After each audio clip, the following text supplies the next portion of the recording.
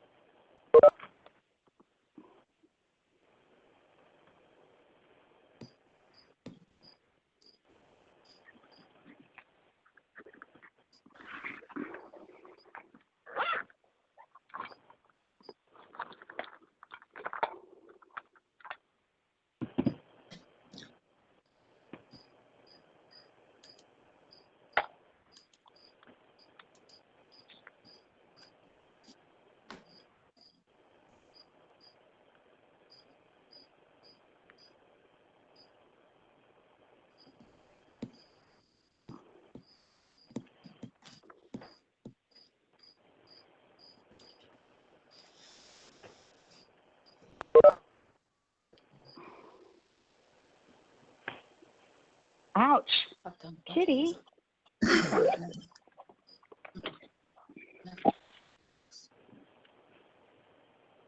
Whoever has the cat, please mute yourself.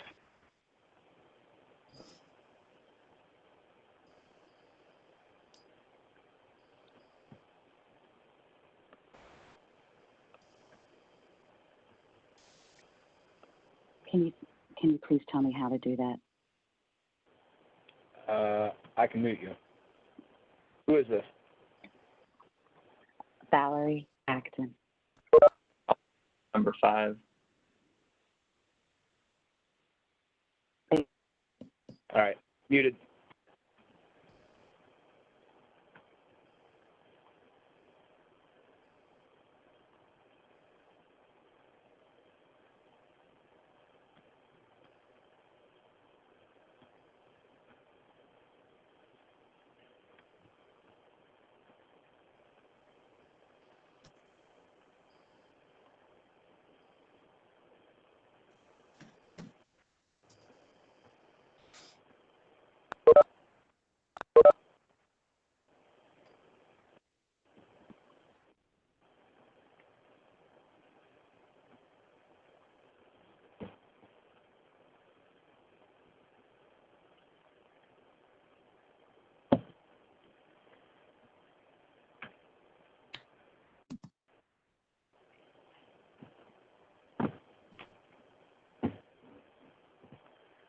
Chair Palmer, it is 4:30. Are you ready to start the meeting?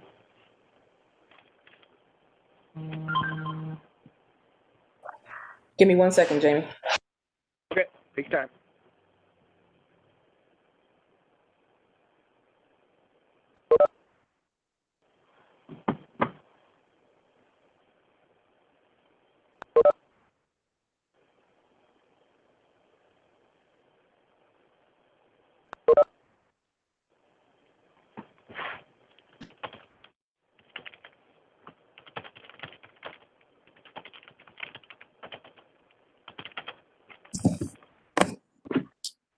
Jamie. Chair Palmer, are you ready to go? I'm ready. Okay, just really quickly, I want to make a few announcements. Before we start the meeting, everybody should know that they are initially muted upon call-in. Please keep yourself on mute until it's time for your case, and unmute yourself. So it'll help save us with some feedback and background noise. A little housekeeping, this meeting is being recorded. It's also being live streamed on YouTube. And we also have Tony Gillum, our court reporter, who's keeping a record. So please do speak slowly and clearly. The chair will swear in everyone individually rather than as a group. And as usual, staff will present first. The board will ask questions of the staff or the applicant, and then the applicant can present. and the board can ask any questions. Input from the public will also be solicited. If you are from the public and you have something to say, please jump in when it's time. We do have a few preliminary items, Madam Chair. Okay. Case number 1 on the regular agenda will be tabling. So I suppose we can call that in here in a second. There will be a board order extension. BZA 18103 is asking for an extension of their previously approved board order. The second appeal on the appeals agenda has been withdrawn. It'd be 4444 Llewellyn, so there's nothing to do about that. And then case number 6 is asking to be moved to the end of the agenda. They're also working with the area commission, and if they don't have a recommendation by the time our meeting ends, we're gonna ask for a special favor. So just to give you a heads up, so case number 1, Phil, I believe that's your case. Will you call your applicant and have them request the tabling? Yes, thank you, Jamie. I believe Mr. Herbert is here. That's correct. Yeah, You're requesting a table, Mr. Herbert? that is correct. We also are on the South Kite Area Commission agenda this evening, but the main reason is we found out further from staff that we need to go for an exception to the right-of-way dedication as was put in last year's multimodal thoroughfare plan. And so we are in the process of trying to get an exception for that. I expect that probably in the next couple of weeks, there's a required time period for that we'll have that. So we won't be able to have the official approval from them yet. Okay. Is there anybody on the line that was here to speak for 1744 Lockbourne Road? Please unmute yourself and speak. Okay. No one's here to speak for that case.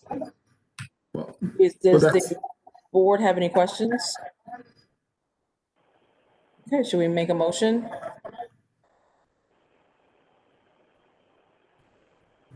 I'll make a motion. Okay, is there a second? I'll second, Bill. Okay. There's a motion, please call the roll. Mr. Wildaly?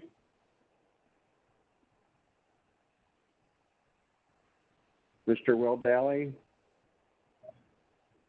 Doesn't appear he's on the meeting yet, Dave. Okay. Mr. Demora? Yes. Mr. Jones? Mr. Jones is on mute. Mr. Jones? He gave a thumbs up. Gave a thumbs up. All Something right. must be wrong with his. Mr. Maleka? Yes. The Chair Palmer Bailey? Yes, your tabling is granted. Thank you. Thank you. All Go right, ahead. Madam Chair, one more preliminary item. If Mr. Frank can unmute yourself. There's a request for an extension of a board order, BZA 18-103. The address was 8304 Olentangy River Road. The board granted a variance to reduce the minimum lot area for an R rural lot from 5 acres to 0.54 acres. Mr. Frank? Are currently building a house up on this lot, and the home building process has gone a little bit slower than expected. So we purchased this knowing that we might have to ask for an extension from the board, and so we're extending that for another year. Okay, 1 year requested. Yep. Okay. Does the board have any questions? Can we have a motion to extend for 1 year? So moved by Bill. Is there a second? And Dave. Okay. There's a motion on the floor. Please call the roll. Mr. Maleka? Yeah. Mr. Jones? Yes. Mr. Demora? Yes. Did Mr. Lavalley come on? I'm here, however, I missed the presentation, so I'll abstain. Okay. And Chair Palmer Bailey. Yes, your extension is granted for 1 year. Thank you. Thank you. Okay, that is it for the preliminary matters. If we could move on to the appeals agenda. Okay, go ahead and call the first appeal, please, Jamie. All right.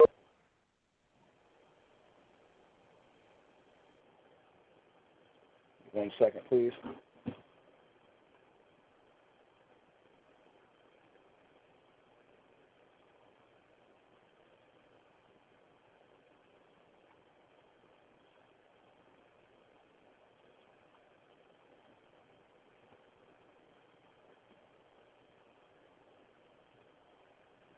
Okay, the first appeal is BZA 20-001, 956 Western Run Drive.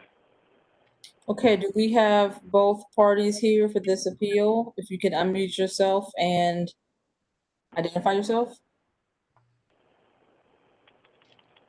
I'm sorry, were you, was that for us?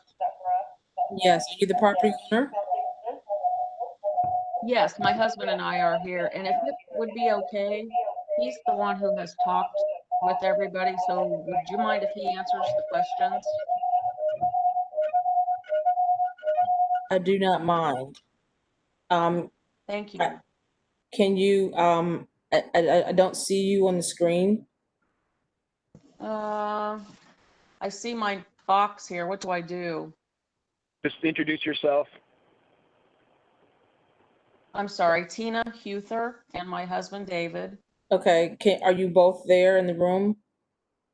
We are. We're in front of the laptop. We can see all of you. I'm not quite sure what we did wrong. I don't think your camera is on.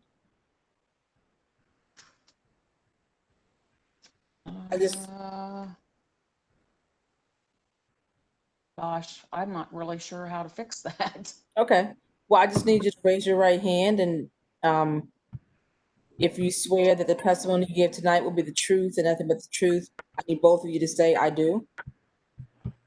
I do. Okay, thank you. We'll hear from the city first, and then we'll have you defend. And let me say this at the beginning, since we have appeals here. Let me ask this at the onset. The purpose of appeals is that you disagree with the facts of the violation order. You don't think that the facts are correct. This is not the forum if you feel that you have a valid reason for the violation or if something else is at issue with the violation order. So let me get clarification that you are in disagreement with the facts of the violation. Mr. and Mrs. I apologize, that's kind of confusing. We have looked over, we have the zoning information, but we do disagree because of other circumstances, I guess. Okay. I'm just trying to save time here. And so Jamie, let me know. I don't have the appeal. I don't have any of the information in front of me, so I'm not sure what the issue is here. Well, I just received an email from the city attorney. If they're going to provide testimony, they need to have their video working. So maybe we can put this on hold for a minute and move on to the next appeal until they get their video going. That's fine. Okay, I'm Yes, not sure what I'm doing, but if you hover at the bottom of all the squares, there's little circles pop up. There's one that has a microphone picture. There's one that has a little camera. You need to click on the one that has the camera, and that turns the camera on.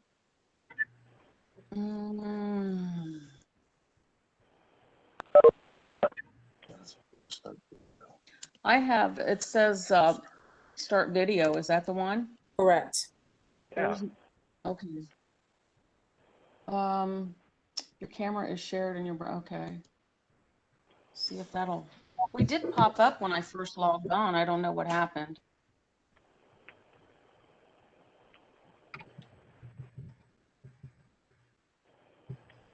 Okay, it's not used another. Show your camera is shared in your browser. Do that.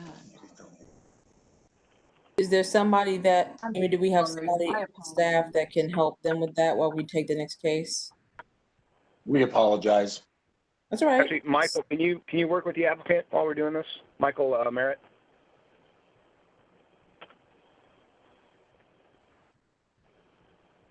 You're Yeah, I pretty can tech savvy. chat with them down private chat. Who am I private chatting with? Tina Huther. In the meantime, we'll go on to appeal number 3. Okay, there's 2 of them.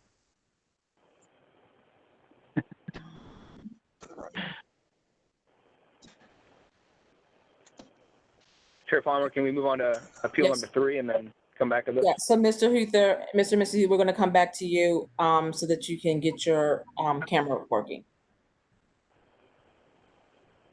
Okay, Mr. Freeze, go ahead with the, Okay. As I said before, case number 2 on the appeal agenda has been withdrawn. That was BZA 20-025, 4444 Llewellyn Road. Now we're hearing the appeal to case number 3, BZA 20-012, 1188 Parsons Avenue. The appellant is Jeremy Hill. okay, is Mr. Hill here and on screen? Something to write with.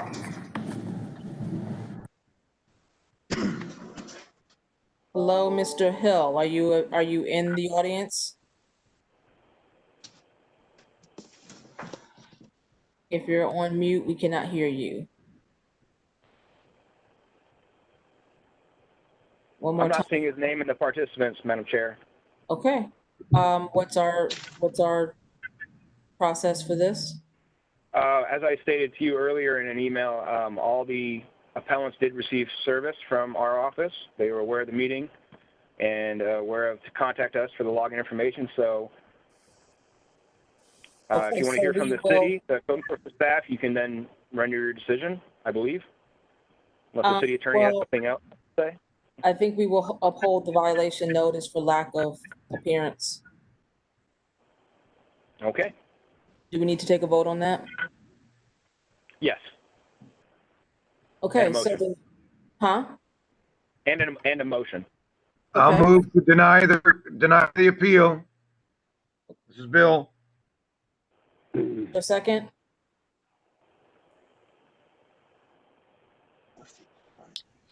I'll Well, second. again, I believe because, Madam Chair, I believe this because this is an appeal, we might need a finding of fact as well as a rule of law.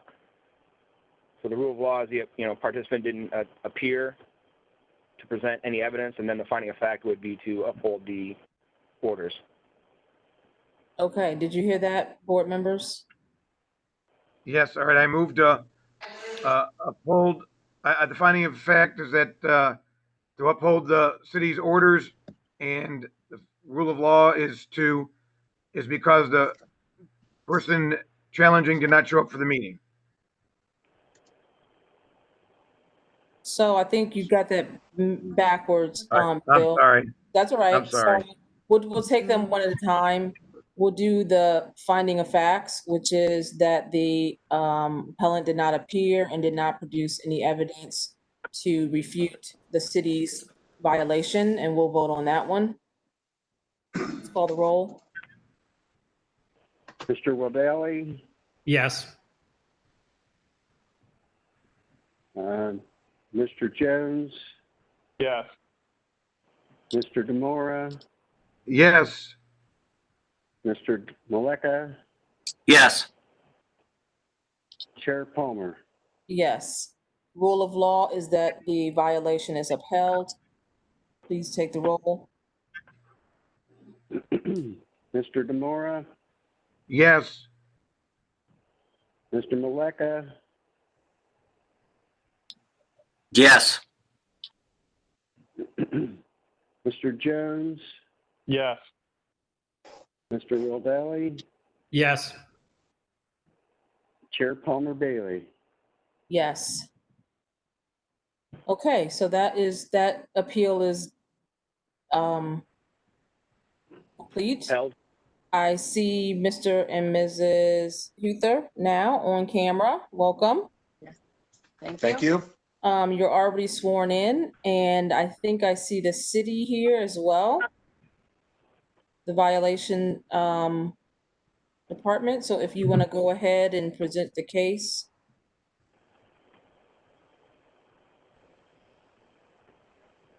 Code enforcement staff, you should have the ability to share, and if not, let me know and we'll share your presentation for you. You're on mute, just so you know. There you go.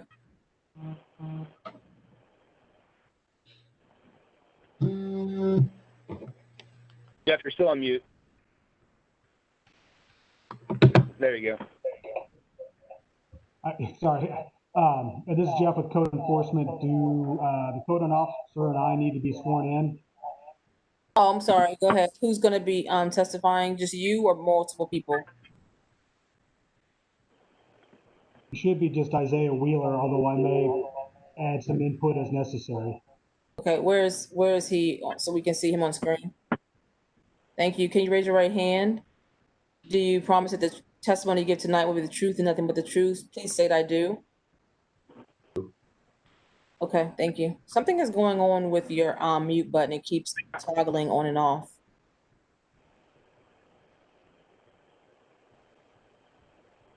If you hold the space bar down, it temporarily unmutes it, so it hopefully cuts back on feedback and echoing.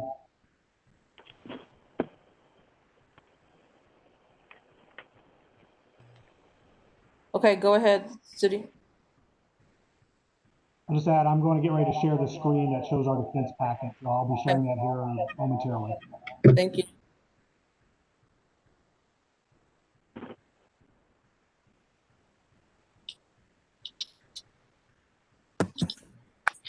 I'm sorry, I did not understand what Jeff said. Did you repeat that, Mr. Emhoff? He said he's sharing the screen.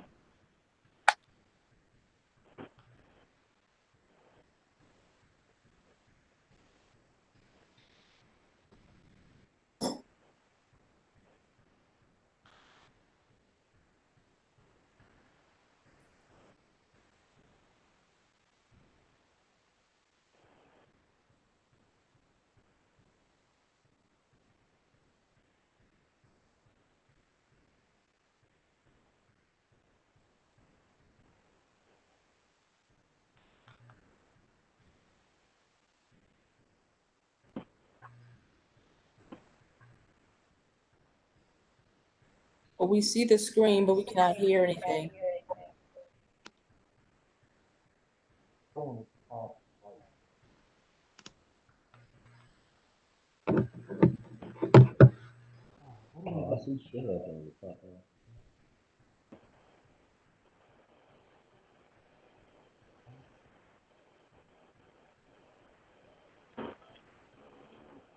Jeff, your presentation is being shared if you want to go ahead and start. Now it's off.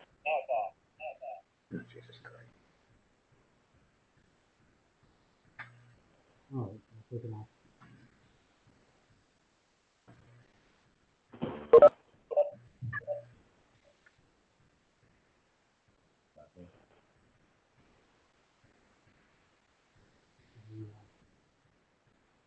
I'm still on mute.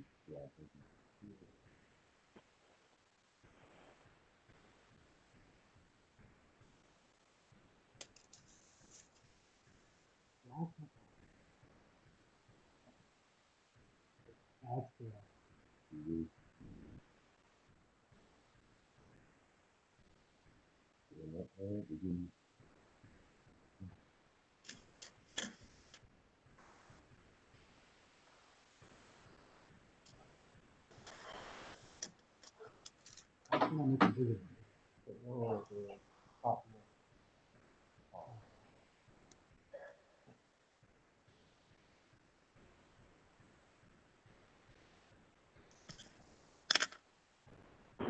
Jeff, what's going on? Do you need help? Jesus Christ.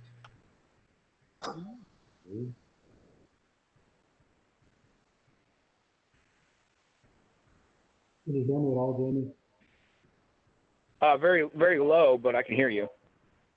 Well, I got this. I'm trying to unmute. That's off the main microphone, but I'm using the phone right at the moment. So I'm trying to get the WebEx back open up so I can unmute ourselves.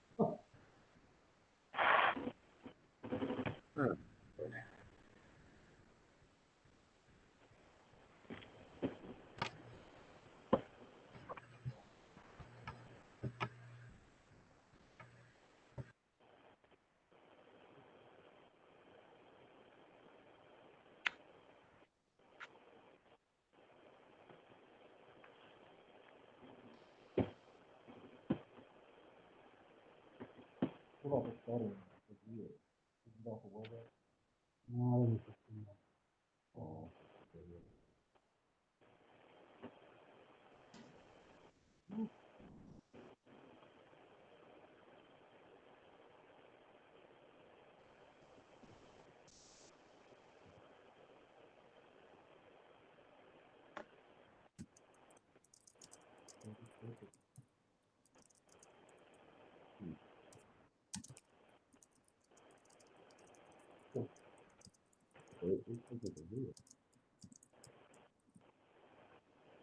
Can you hear us at all? Now we can. Okay, thanks. Sorry about that. I obviously clicked on something wrong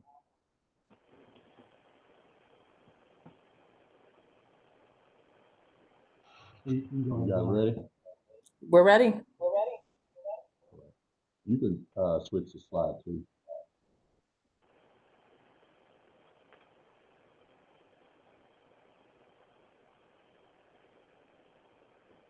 Okay, slide 2 is just a a listing of the exhibits that I have.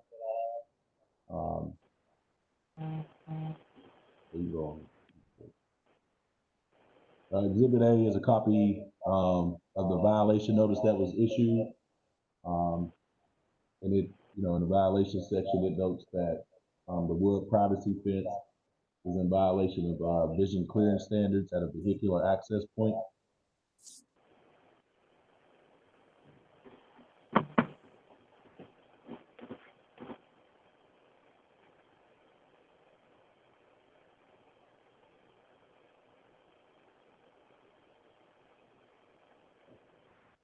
And Exhibit B is a diagram and also a paragraph that tells about the code. What we want to pay attention to is where it says, in the second line, it says, no portion of a fence or a wall exceeding 2 1/2 feet in height above the finished lot grade shall exceed 25% opacity when located in a required yard having vehicular access to a street or abutting such access.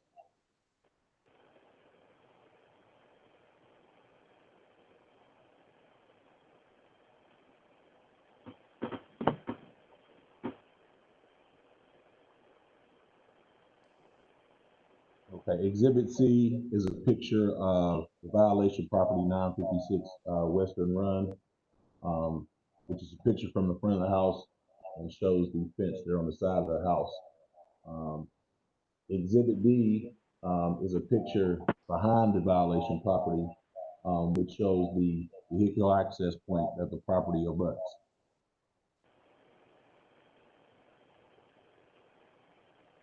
And Exhibit E is an aerial photo, which just gives you a different view. You can see 956 Western Run is the property that has a red highlight around it. So it just gives you a different view of the fence, which is in violation.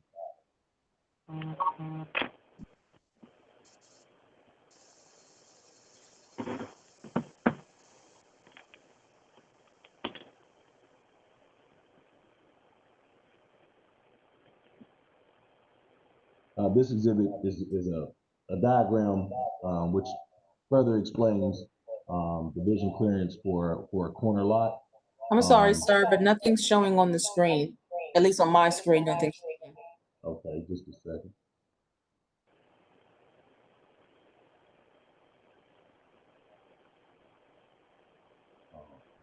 It should be just share on screen.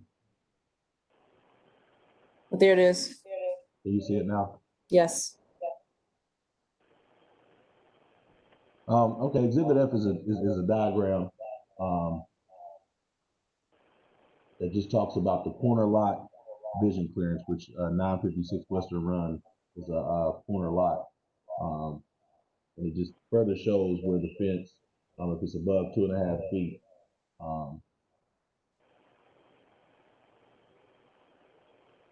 it can't be. And so you're showing that that area on the corner, the fence has to be back in that L shape? Correct. Okay.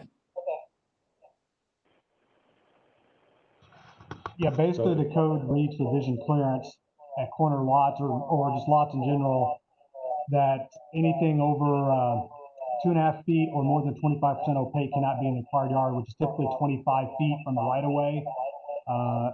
This is actually, the fence there I think is roughly somewhere between 10 and 12 feet from the right of way, so we need to be pushed back to 25 feet from the sidewalk. Okay. I have a question. And I just want to go back to Exhibit E to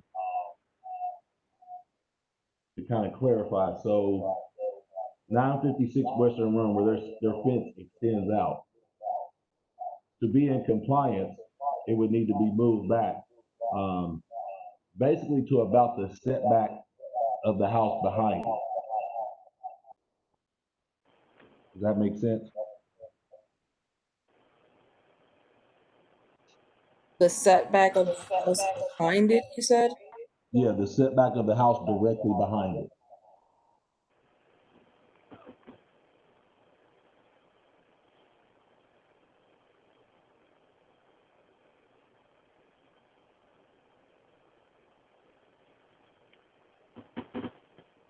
Okay, continue.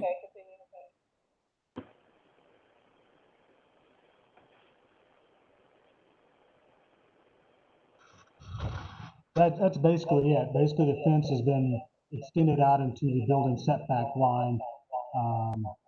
And that, in this case, it's a violation because the parcel behind it, the abutting parcel, has a driveway access, so it becomes a vision clearance issue. As you can see, the property itself also, property behind it has a vision clearance issue as well, because their fence extends all the way to the sidewalk. It would need to be brought back as well. But the standard for vision clearance in required yards is 25 feet from the right of way. Okay.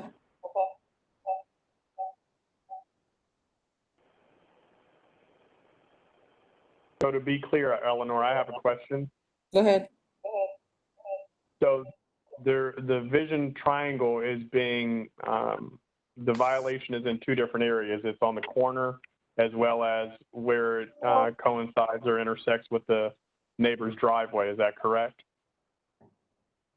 Not really in this case. It's basically the setback for the required yard. I mean, it's the vision clearance. Are you talking about the 956 Western Run or the property behind it? When you say behind, can you tell us which property you're talking about behind it? Can you use your cursor on the screen? Is this the area that you're referring to?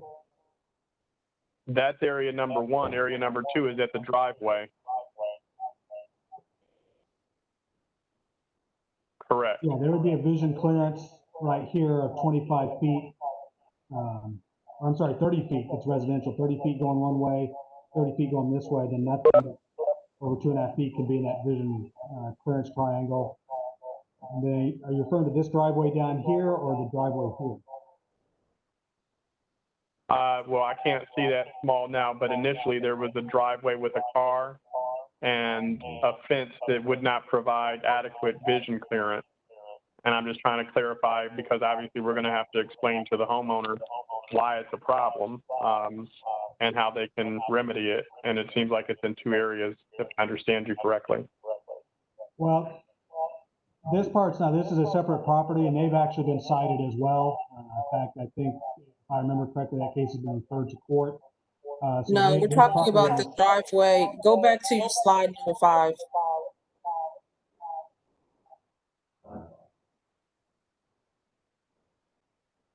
We're talking about that driveway. Yeah, so Exhibit Exhibit D. Yeah, that one has a violation as well. That's a separate property. That's the property behind 956 Western Run. Code enforcement has cited that property owner as well. That fence definitely needs to be brought back as well. But it's kind of, the photo's looking west back. The house that you see is the back of 956 Western Run.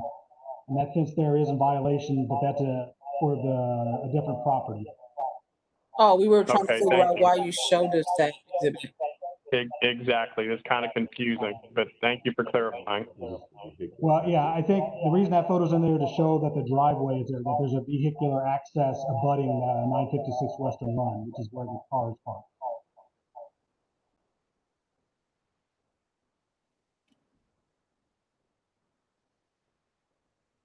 Okay, continue. Thank you.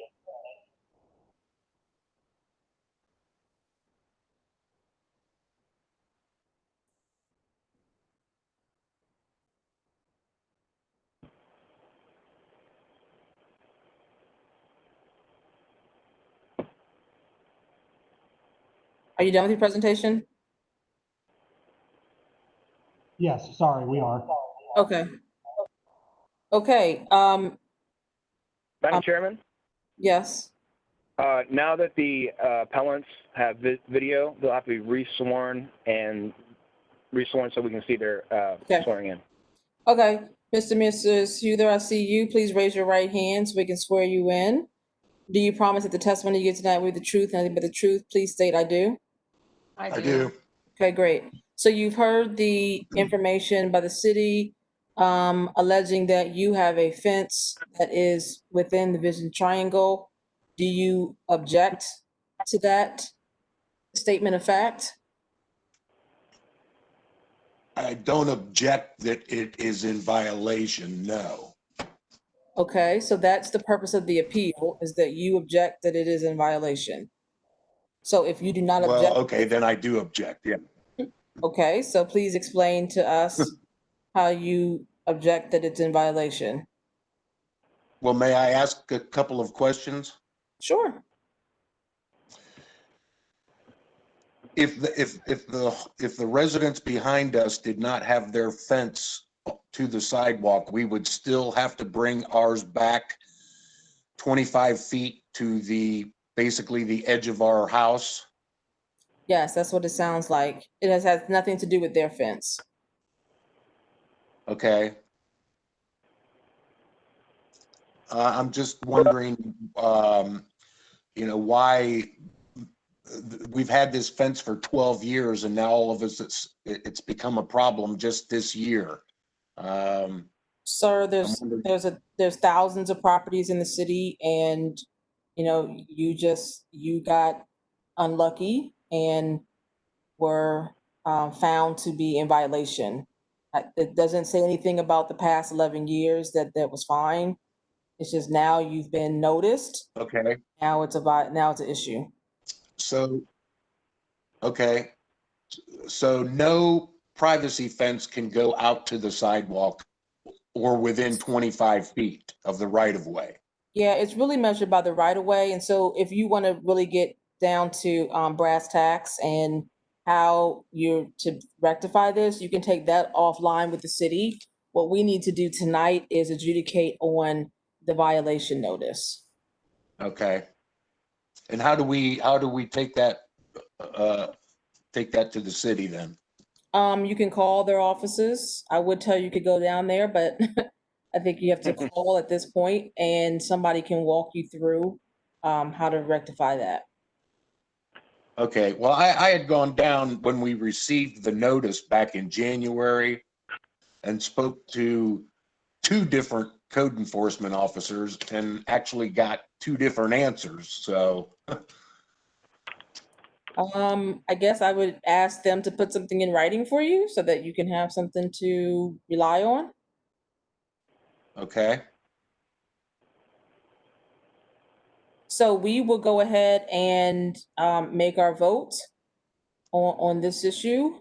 And under the finding of facts that there is a fence in violation of the vision triangle clearance, vision clearance triangle.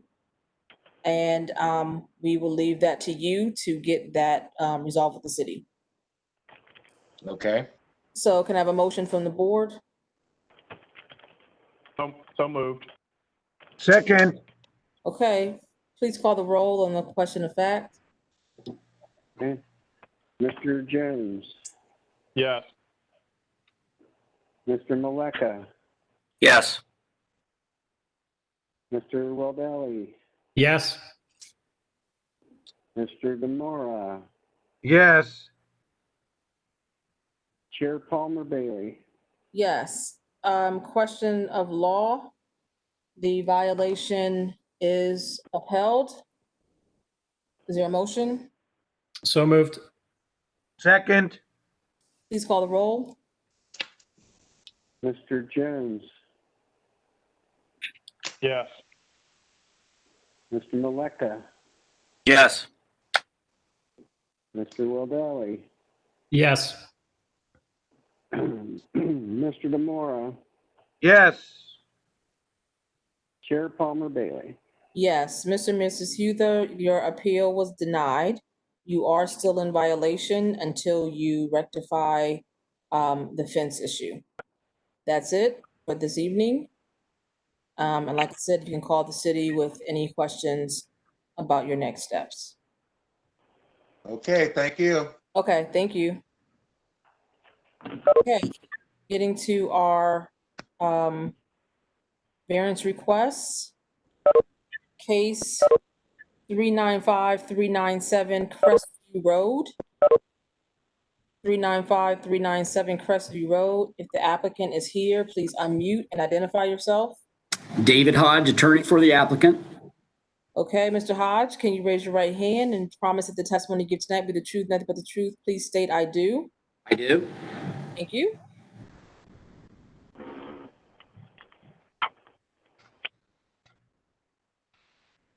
All right, BZA 20-046, located at 395 to 397 Crestview Road, otherwise known as The Crest, located at the southwest corner of Crestview Road and Indianola Avenue. This is zoned C4 Commercial District. The site is developed with a restaurant. Surrounding the site are single and multi-unit dwellings. The applicant proposes to construct a greenhouse structure along the Indianola Avenue frontage.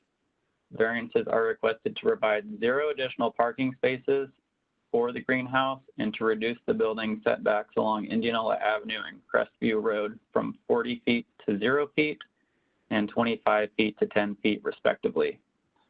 The variance for the setback from Indianola was modified yesterday due to a right-of-way dedication.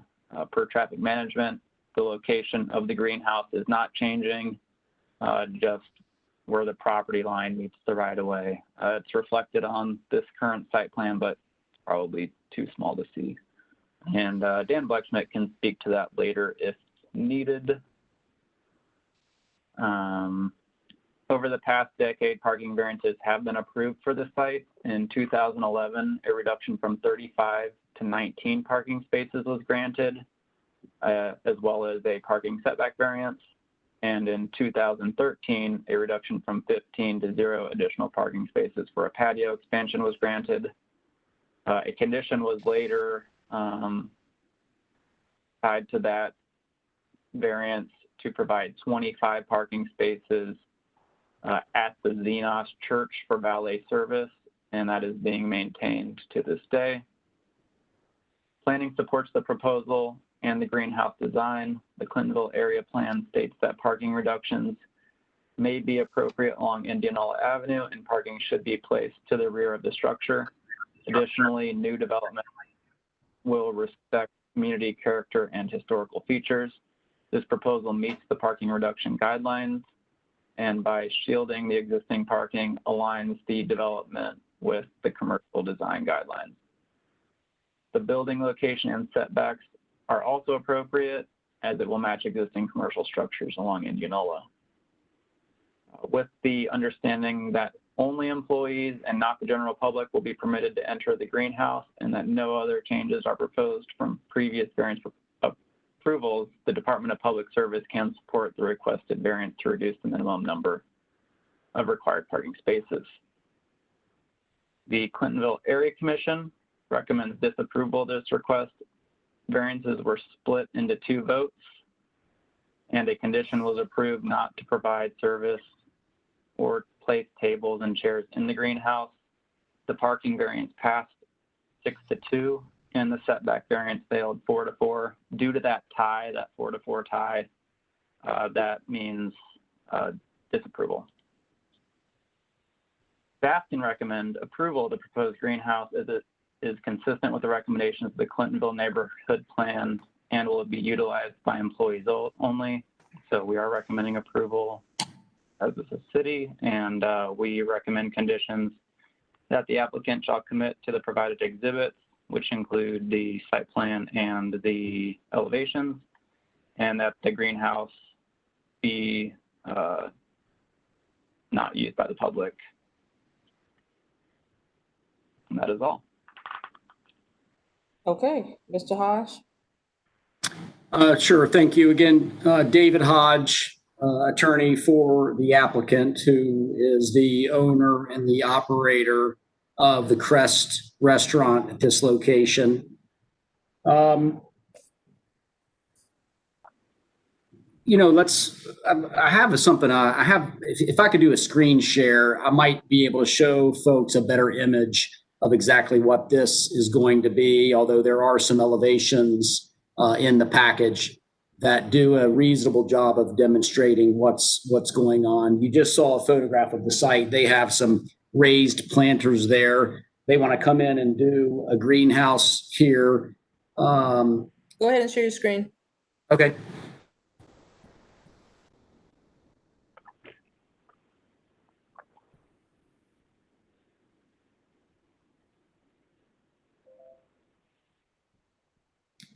Can everybody see that? Yes. Okay, so this, is a little better rendering or image of what we're trying to do. So a couple of things. As Michael mentioned, it is a staff recommendation of approval. We have 2 variances. One is a parking reduction for an additional 21 spaces. I'll let Michael, if he wants to, weigh in on that a little bit more, but it's really a quirk of code, because since this is not going to be additional restaurant seating, it's really not going to drive any more people to the site. But because it's considered restaurant space, since restaurant is the predominant or the principal use of the property, we have to consider the square footage created here as restaurant, which is why it technically under the code requires a parking reduction of 21 spaces. Obviously, if people aren't going to be sitting here, it's not going to mean that there's that much more capacity and more people are not going to be coming here. The other portion of this request is building setback. We were previously requesting a setback of 1 foot. We are now at 0 feet, which is because we are dedicating or giving some of the frontage of the property to the city of Columbus. The greenhouse, the location of the greenhouse itself has not moved. The Clintonville process and the recommendation that you just heard, they did decide to split the vote into 2 separate actions. They voted to approve the parking reduction. However, they voted to disapprove the building setback, and that vote was a 4-4 tie, which results, as you know, in a disapproval. I think there are some Clintonville Area Commission folks here, and I don't want to put words in their mouth, but I will tell you what I believe happened there. There was some concern from the 4 folks that voted to disapprove that having the greenhouse in this location would inhibit the ability of southbound motorists on Crestview, which you see here on the right side of the screen to see other cars out on Indianola Avenue. That's not the case. It's just not the case. We were asked by traffic management to study that issue and provide an exhibit, a sight distance exhibit, which we have done. And traffic management, as you heard from staff, is in support of this request, both the parking reduction as well as the setback. So this is not going to inhibit in any way, shape, or form motorist ability to get around here on Crestview. Crest, as many of you probably know, was at one time among the most popular restaurants in the city. When it first came online, it was hopping over here, and it did absolutely create some issues here in this portion of Clintonville. Crest has, through the years since then, worked diligently with Clintonville and other immediate neighbors, both here and in other locations, to make sure that they are being responsive and address issues that arise. I think that the folks from Clintonville would say that Crest is at this point calmed down, that they are a good neighbor, that they are a responsive neighbor, and that those issues have, by and large, fallen by the wayside. I'll probably stop there, but obviously I'm here to answer any questions and respond to those, and maybe some of the Clintonville folks would like to jump in here, or traffic management. Okay. Take your screen down so the city can put their slides back up, please. Thank you. Okay. Any questions for the applicant before we call on the community? Okay, is there anybody here to speak about this application? If you can unmute and identify yourself.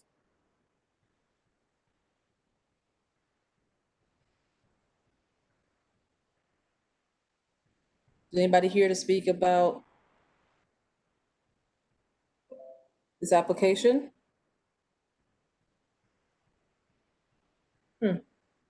Guess you were wrong, Mr. Hodge. I don't see anybody in the audience.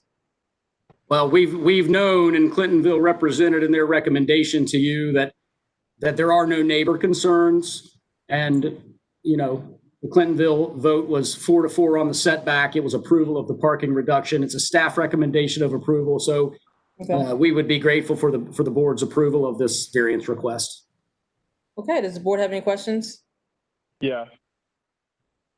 So can any portion of this be retrofitted to be a restaurant at some point? The answer is no.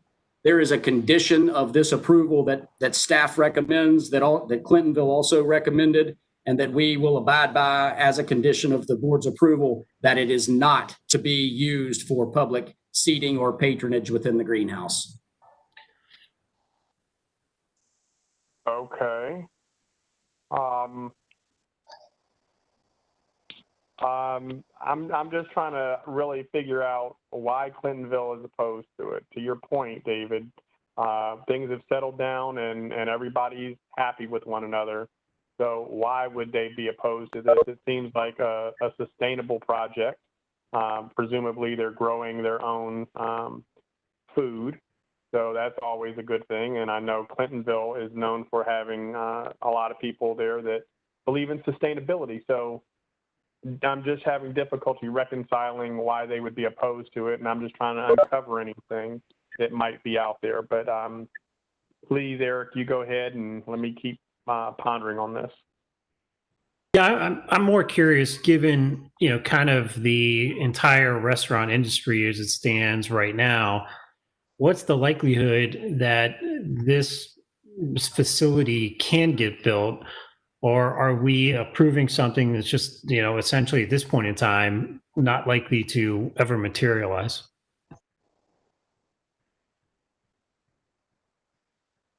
My client has hired me. They've asked me to take it through the process, and they're paying me all along to come in and do this. This is who the Crest is. If you follow their restaurants or you've been to them, they are They think that there's some novelty here. They want their customers to understand that the chef can go out right in the greenhouse and get the cilantro or get whatever it is to go into the particular dish. And they're paying me, they're paying their architect, and they're committed to building it. If I might go back, Mr. Jones, and address your question, I was very surprised that the vote came out 4-4. And to me, it was all about the ability to, it was this sight distance issue here at the intersection of Indianola and Crestview, which I believe we've put to rest definitively with traffic engineers.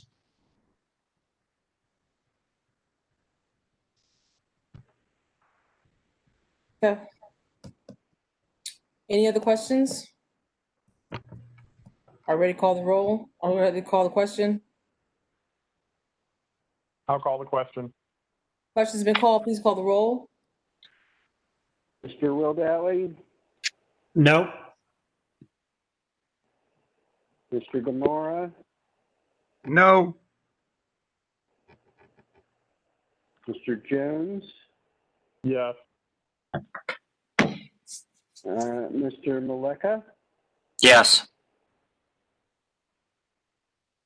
Chair Palmer Bailey. Yes, variances are granted. Good luck with your project. My goodness, guys, that is some scary stuff right there. Mr. Welderly, Mr. Demora, I have no idea why you would vote to recommend disapproval of this terrific project. I really don't. I've got no problem whatsoever going on record to say that this is an excellent project. There is no traffic engineering issue. There is no site visibility issue. The parking reduction is warranted, and your no votes are very shocking to me. Mr. Hodge, your variance was approved. Thank you. Thank you. Okay, we'll call the next case. 281 and 289 Detroit Avenue. Is the applicant, can you take down the presentation for 1 second? So I can see that, yeah. Is the applicant here? Yes. Detroit Avenue, can you identify yourself? Yeah, my name is Carrick Sherrill with the Columbus Design Company. Okay, can you raise your hand and promise that the testimony you give tonight will be the truth, nothing but the truth? Please state I do. I do. Okay, now we'll hear from the city. Thank you.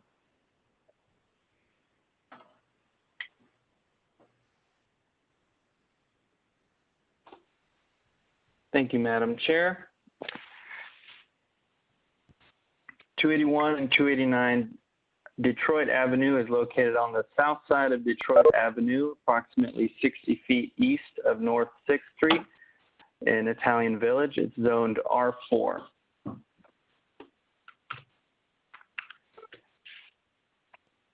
The site is undeveloped with a number of mature trees. Surrounding uses include a single unit dwelling to the west, vacant land to the north and south, and heavy manufacturing to the east. The applicant proposes to split the lot and construct 2 single unit dwellings. Variances are to allow the western unit's parking space to be accessed through the eastern property, to reduce lot areas for both units, to allow fronting on the alley, to reduce both units' maximum side yards required and minimum side yards permitted, and to reduce the western lot's rear yard requirement. In February 2020, Council Variance Application 19-127 was passed granting use and development standard variances. The variances allowed 2 single unit dwellings on 1 lot, reduced the lot area, allowed the dwellings to not front on a public street, reduced the maximum side yards required, and reduced rear yard percentage. These variances were conditioned upon the property being used for 2 single unit dwellings on one lot, or those uses permitted in the R4. So the application would not apply since this is 2 lots. The Italian Village East Redevelopment Plan recommends a dense neighborhood fabric and specifically 1 to 2 units for the site, which complements the requested variances to split the lot into 2 parcels. Planning Division defers to Italian Village on design-related matters. Italian Village has issued a certificate of appropriateness for the request. City can recommend approval. Staff has determined that the proposal is consistent with the area plan, which recommends a dense neighborhood fabric, specifically 1 to 2 units for the site. Madam Chair. Okay, Mr. Sherrill, do you have anything to add about this application? I don't have anything to add. This, meets the general standards of the development pattern of the neighborhood. It's been in front of Italian Village Commission a few times now for architecture and the site plan, and we're hoping to proceed to construction here shortly. Okay. Is there anybody here from the community that wishes to speak about this application? Please unmute and identify yourself.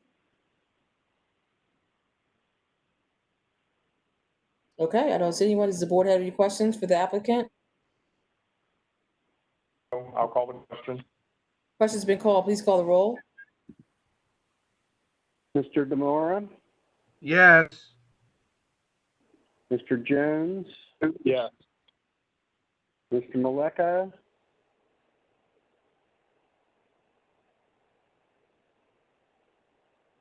Mr. Maleka,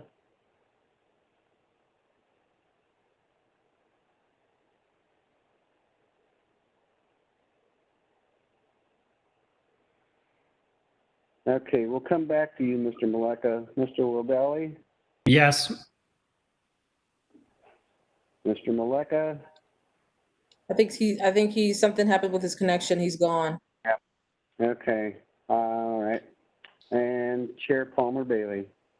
Yes, variance is granted. Good luck with your project. Thank you. Okay.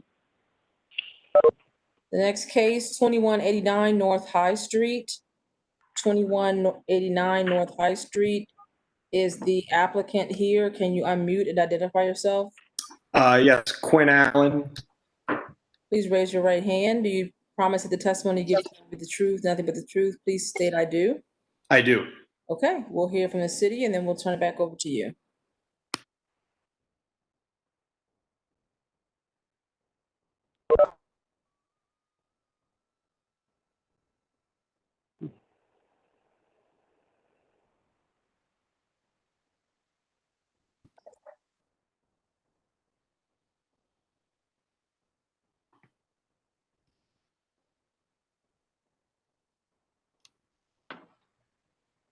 Can't hear you, Jamie.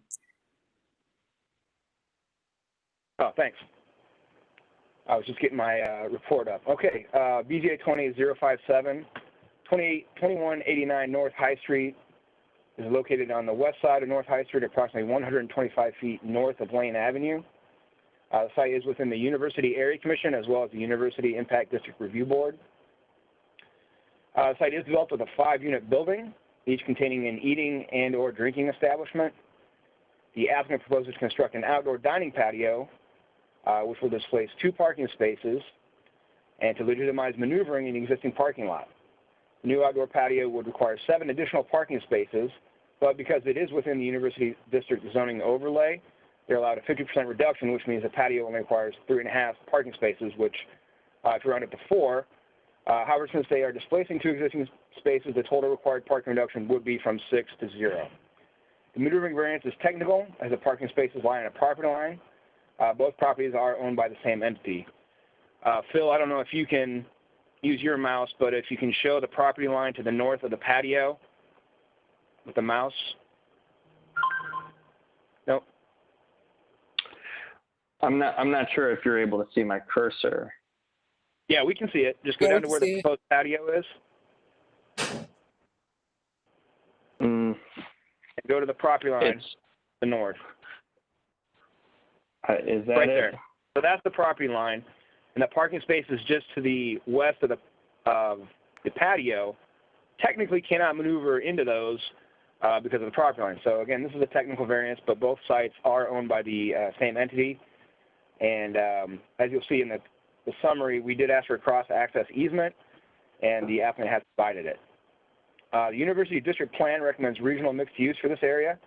It states that parking needs must be balanced with the goal of intensifying development near campus, which is more walkable and lessening intensity in the neighborhoods further from campus. Staff notes that the development is in a dense urban environment near campus, is located along a transit corridor, and has access to nearby public structured parking.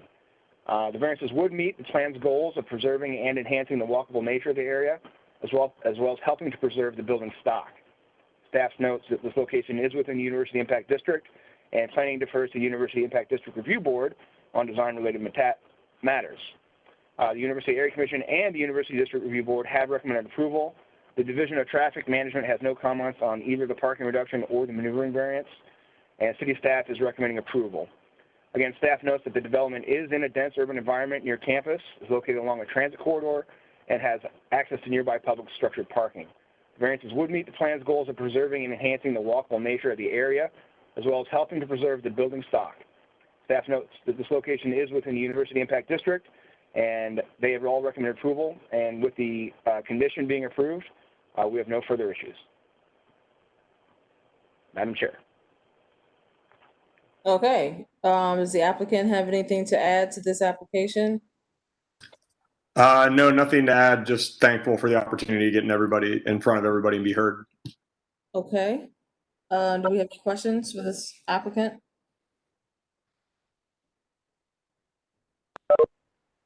Is there anybody here to speak about this application?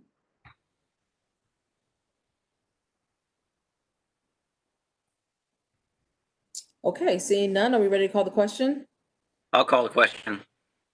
Question's been called. Please call the roll. Mr. Jones? Yes. Malika?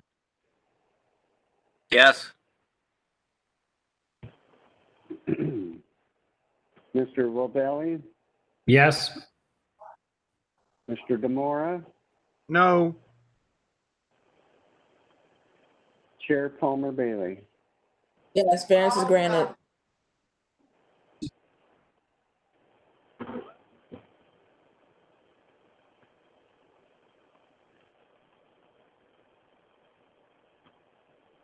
Yes, your variance is granted. Thank you very much.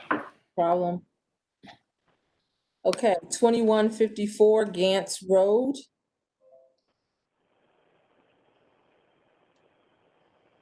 Will the applicant identify yourself, please? Hi there. Laura Comack, attorney for the landowners. Hi, will you raise your right hand, please? Oh, hold on. I've got someone else. There, Stephanie. Yes. Susan Waukee and I are both here, the property owners. There's 3 people then that are going to testify? Potentially, yes. I only see 2 on screen. Where's the 3rd person? He's not on screen at the moment. I don't think he's going to testify. He doesn't need to be sworn in. Okay, so will the 2 of you raise your right hand, please? Promise that the testimony you give tonight will be the truth, nothing but the truth. Please state I do. I do. I do. Okay, we will hear from the city, then we'll turn it back over to you. All right, 2154 Gantz Road is located on the east side of Gantz Road, approximately 500 feet south of Big Run Road East. The site is zoned R Rural District and is within the Southwest Area Commission. The 2.4 acre site is developed with a single unit dwelling, constructed in 1935. The property was annexed to Columbus in July 2017. A small residential subdivision containing 31 parcels is adjacent to the north. Otherwise, single unit dwellings on a large acreage parcels in Franklin Township are common. The applicant proposes to repeal and replace a previously approved application, BZA 19-067, on the subject site, which granted the variances to increase the allowable garage area for a single unit dwelling from 1,264.4 square feet to 5,018 square feet. The raised and rebuilt dwelling will be 3,793 square feet, which is why they're allowed more than the 720. The variance to increase the allowable height of the detached garage from 15 feet to 24 feet and to reduce the required side yard of an existing garage from 3 feet to 6 inches. BZA 19-067 was approved with the condition that the site plan be stamped to keep the location of the garage to the rear of the lot and the orientation so that the more narrow side elevation be visible from the right-of-way. Staff supported that request as the topography sloped greatly towards the rear, towards the east, causing the garage to be less imposing. However, the property owner has discovered they cannot meet the condition imposed by the board as the topography slopes too severely. The applicant now requests a previously approved variance as well as an additional variance to legitimize a single-unit dwelling in an R rural zoning district. The minimum lot size in the R rural district is 5 acres. The applicant requests 2.4 acres. They are also asking for the additional variance to reduce the building setback line from, I'll have to defer to the attorney on that. I don't have it in my notes here. Anyway, the Southwest Area Plan recommends that garages be located behind the house. Does not address that garage square footage or height. The Division of Traffic Management states that right-of-way dedication of 30 feet from the center line of Gantz Road will be required per CC 430917. Access to Gantz Road is under the jurisdiction of Franklin County Engineer's Office. Southwest Area Commission recommends approval, and city staff recommends approval. As stated previously, the Southwest Area Plan recommends that garages be located behind the dwelling, but it does not address garage square footage or height. Therefore, staff can recommend approval with the following conditions: that the garage will be constructed only, it says in the rear yard, but we're going to say behind the building elevation now, and orientated so that the side elevation is directed towards Gantz Road right away. With that, we'll turn it over to you, Madam Chair. Okay, Ms. Coe or your attorney, do you have anything to add, please? I just wanted to clarify a couple quick things, and it's just that most of those items that Jamie listed just now were approved last year. The thoroughfare plan is new because of the thoroughfare plan multimodal amendment that came in after last year's approval from the BZA. And so you've already approved the height and the size and the location, but because of that topo that falls from the back, we need to bring the barn forward a wee bit. So that's why Jamie just mentioned having it behind the rear, behind the front facade, but not all the way to the rear. We actually do experience, a wee bit of a practical difficulty so that we don't fill in the floodplain. I have more info. I'm happy to answer any questions that you have. So question, so you're only asking for one variance, is that correct? Actually, new variances. There's two. The one is and it probably could have been included last year, to reduce the minimum lot size for a single unit dwelling from 5 acres to 2.3, because that's all we've got is 2.3. And when you annex, the city gives it the R designation first off. So that worked great for us, except for that development standard. The second one, Mr. Jones, is to reduce the building line from 50 to 38 feet, which that requirement came in after you heard this application previously. So the first two variances is all you're requesting? New, correct. Because we approved everything else already? Correct. Okay. And we agreed to the conditions. Okay. I'm good. Okay. Is there anybody from the community that wishes to speak on this application? Please unmute and identify yourself.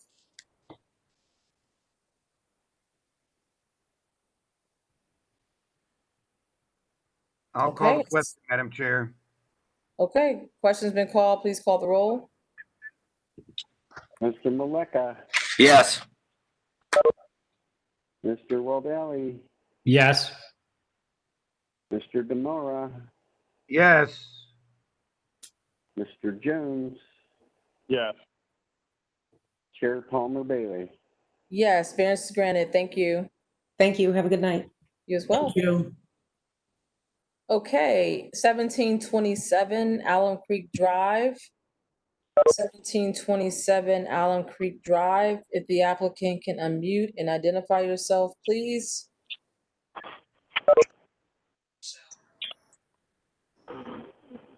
I'm Denise Robinson from Albus, President and CEO. Hi, how are you? Can you raise your right hand? My legal counsel is on the line too. Oh, okay. Is him or her? There she is. Oh, okay. Can you take yourself off mute, please, ma'am? There you go. I did. It just keeps going back on for some reason. State your name, please. Martha Sweterlich with Benish Friedlander. Okay, if I can have both of you raise your right hand and I'll swear you in. You promise that the testimony you give tonight be the truth, nothing but the truth. Please state I do. I do. Okay, we will hear the city Madam present the Chair, case. Madam Chair, I need to interrupt. Okay, Yeah. This is the case that we asked to post, to put to the end of the meeting because we're still waiting for a possible recommendation from the area commission, which starts at 6:30. oh, We don't have a recommendation. We're going to ask for permission to vote on it, but the Columbus Southside Area Commission does meet tonight, and they will be voting on this. But Curtis Davis, the chair, is on the meeting tonight, so he can bridge that gap if needed. so you're saying we do want to delay this or you want to go ahead and hear it? Delay it until the end of the meeting. Okay, the applicants are fine with that? Yes, ma'am. Okay, sorry for the confusion. We will go on to case 516 Arden Road. 516 Arden Road. Is the applicant here? Please unmute and identify yourself. Eric Maxwell, agent for the owner, Nicholson Builders. Okay, can you raise your right hand, please, sir? And swear that the testimony you give tonight with the truth, nothing but the truth. Please state I do. I do.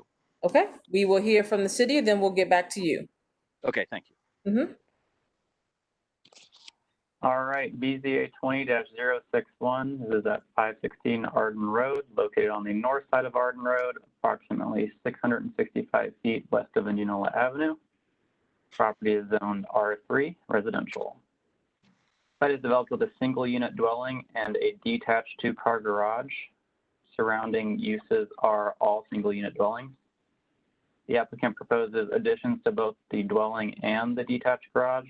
The applicant requests variances to maintain the side yard of 0.3 feet where 3 is required, reduce the required rear yard from 25% to 23.4%, and to increase the garage height from 15 feet to 21 feet. Planning supports the proposal as presented, but encourages the applicant to provide additional windows on the east and west elevations of the garage. The Clintonville plan states that additions and garages should be compatible and similar in character to existing nearby home designs.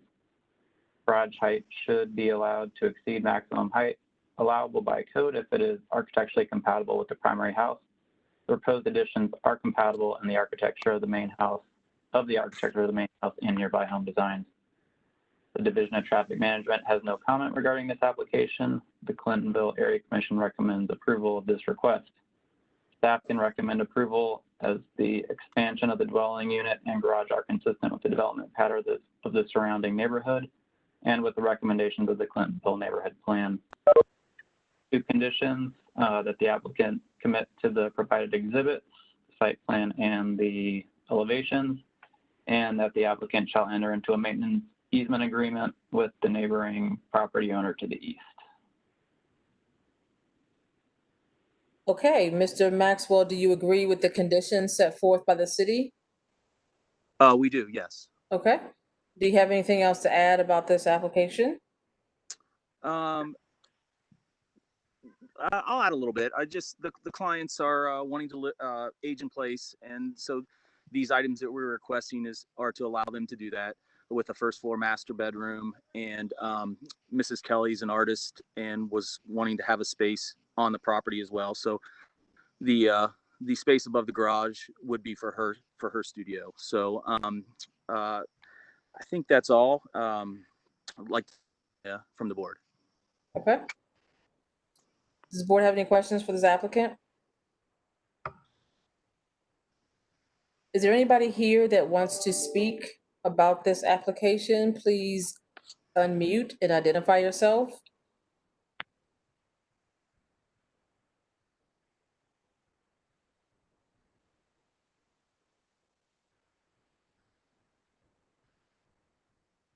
Okay, I see no one.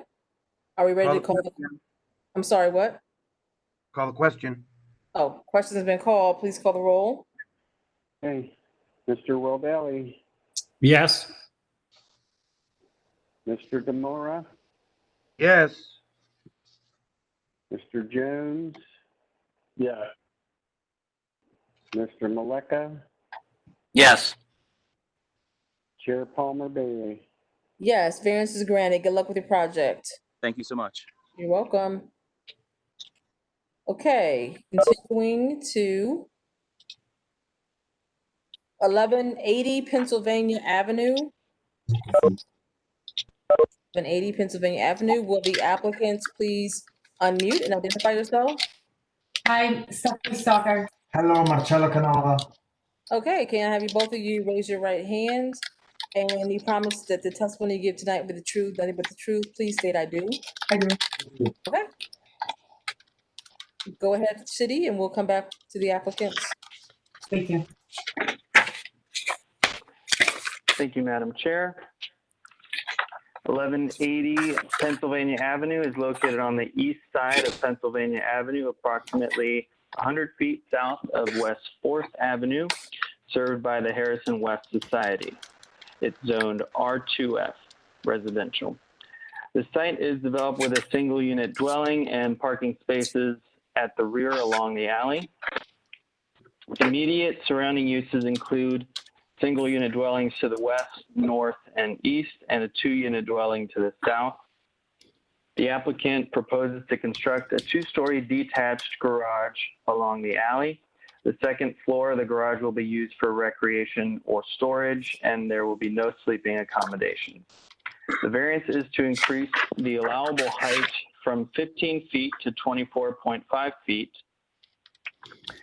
C2P2 recommends that the design and character of new development, including garages, should be appropriate and based on the principal and nearby structures in terms of height, width, setbacks, lot coverage, roof pitch, and that garages should be located and accessed from the rear of the property. As the site plan and elevations meet the recommendations of the plan, the planning division is in support of the height variance of the garage. No comments from traffic, and the Harrison West Society recommends approval of this request. City departments recommend approval. The proposal is consistent with C2P2 guidelines, which recommend new structures be compatible with the principal dwelling and surrounding structures, and that garages should be accessed along the alley. We recommend the condition that the applicant commit to the stamped building elevations. And I would just like to add into the record that we did receive one letter of non-support for the garage, Madam Chair. Okay. Ms. Stocker or Mr. Canova, do you have anything else to add about this application? Not much, just that as the city said, we would like to create the second floor just for storage and as a space that we can use for a workshop for tools and so on. And that the garage will be built in accordance with the architectural style of the neighborhood and the surrounding properties. And thank you for the opportunity to speak. And Mr. Bennett, you indicated that there's other areas in the neighborhood that have garages this height? Sorry, was that a question for me, Madam Chair? Yes. I don't think that was mentioned in our report. Oh, No. okay. Do you know, Ms. Stocker or can you speak on that? Yes, there are 2 properties in the neighborhood, one on Pennsylvania Avenue that have a 2-story garage. One of them is a carriage house, and it should be a dwelling unit also. Okay. Is there anybody here that wishes to speak on this application? Please unmute and identify yourself, please.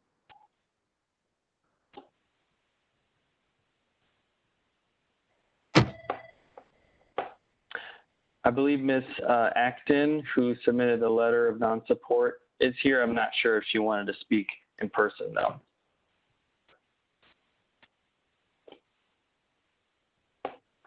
She was calling user number 5 if you want to unmute her, Jamie. I see she's unmuted. I see her tile. I'll ask again, does anybody here want to speak about this application? Please identify yourself. Okay, do we have any questions for the board, for the applicant? Jamie, do you want to unmute call in user number 5?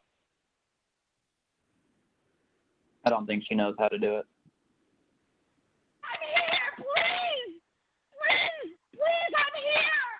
Okay. There she is. Okay, we hear you now. Sorry, I'm sorry. We hear you. Okay, thank you. Thank you. This is my first rodeo. I Okay, have not done this before. in order for you to give testimony, you have to turn your camera on, ma'am. Yes, and it says start video, but all I have is a gray oval that doesn't light up when I try to start my video. I've really been trying. I'm listed as Valerie M. Acton on this thread, but I understand there's a number 5. When I first logged in, I was muted because I am accustomed to using Zoom. I'm sorry. I don't understand how this works, but I really need to be, I really wish to be heard, please. Jamie, I have to defer to you. You're muted. I've been politely Jamie, you're waiting. muted.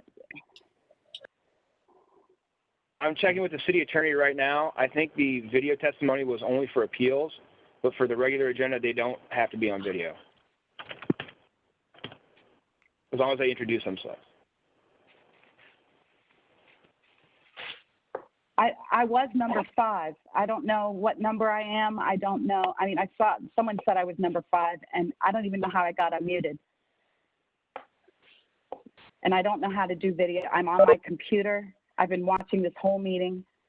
Ma'am, it's fine. You can testify. Okay. My name is Valerie Acton. I've lived at 1171 Harrison Avenue for 15 years. I am the sole owner and occupant and have been for 15 years. Ma'am? Ma'am? Yes? Can you raise Yes. your right hand? Can you swear that the testimony that you give tonight will be the truth and nothing but the truth? Please state I do. I do. Okay, continue. Okay. The proposed garage, 2-story garage, would be directly behind my house, which is 1 story in height. It's a 780 square foot house that was built in 1895. The letter that I wrote, I'm happy to pull that up in opposition. First, the Harrison West Plan, which is our community's official plan, recommends that the neighborhood continue the development patterns that gave Harrison West its unique character. 2-story garages are atypical and not representative of our community's character. Granting a variance or a special permit for this application will establish a precedent on my side of the alley, on the, I guess I should say, the east side of Pennsylvania Avenue in this block. In the block that I'm on, I'm located between 3rd and 4th. Mr. Bennett, can you put up the aerial maps? We can see the property that's being referenced.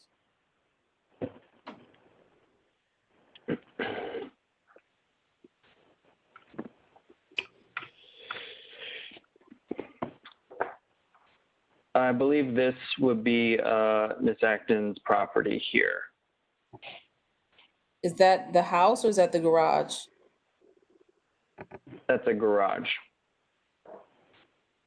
Okay. Is that correct? I'm sorry, I had my letter up and I'm trying to see. So that's my garage? Yes. Okay. And so they're putting, and so the alley that is directly from this picture north of my house is a defunct alley. It is not used by anybody, nor is the alley across from that alley to the east, to the west of that alley. That is also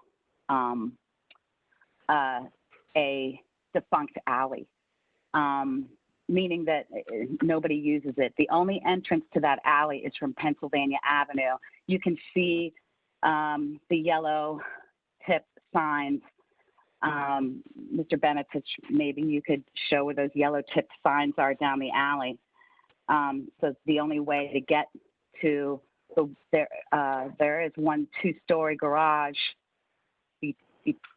there on the that is the two-story garage, but that has, it has no effect on my sight lines or my privacy.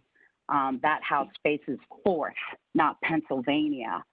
And that is only accessible, this particular garage is only accessible from Pennsylvania Avenue. So explain to me what direction your house faces. Yes, ma'am. My house faces Harrison Avenue. My backyard and garage are up against the alley.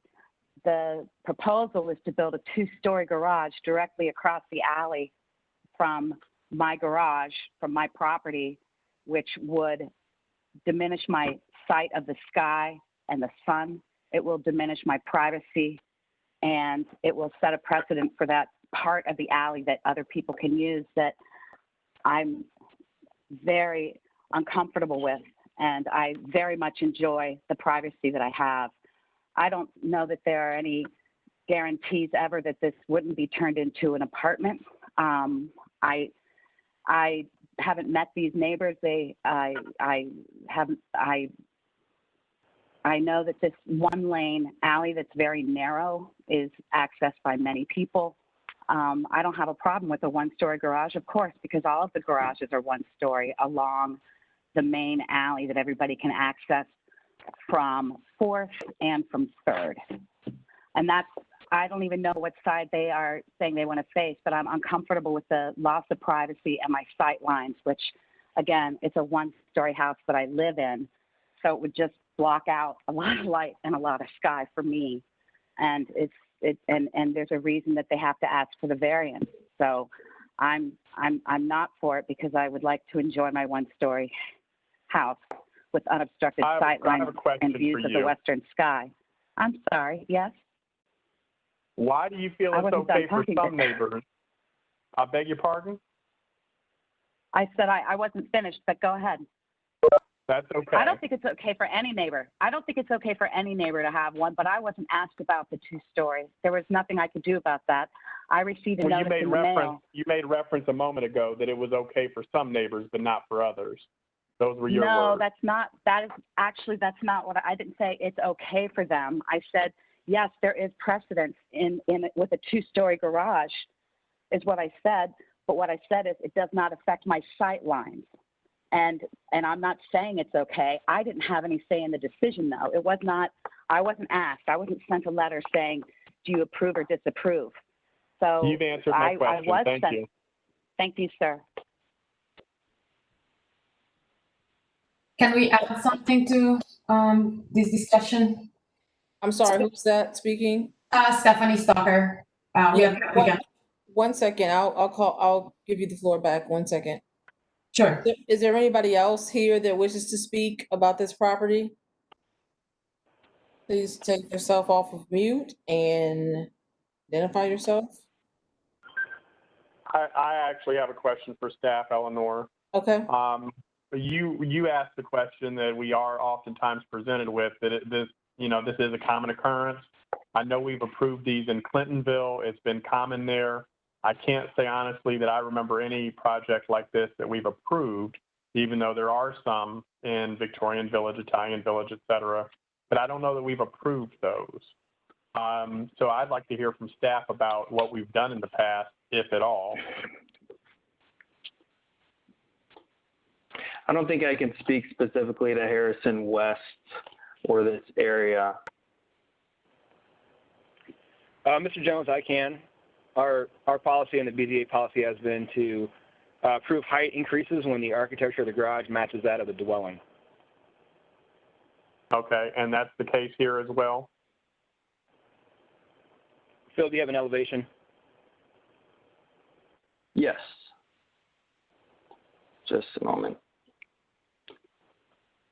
And to be clear, these look like 1.5 stories, not 2 full stories that I can see. Well, they're asking for 24.5 feet instead of 15 feet.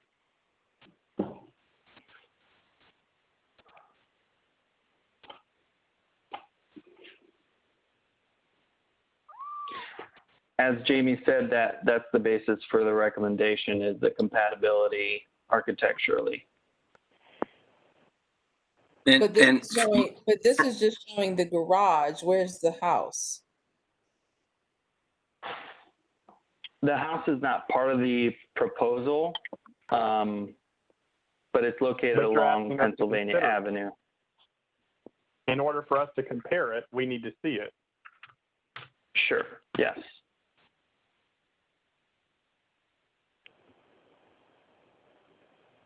This bluish house, gray blue Yes. house, That's the primary structure.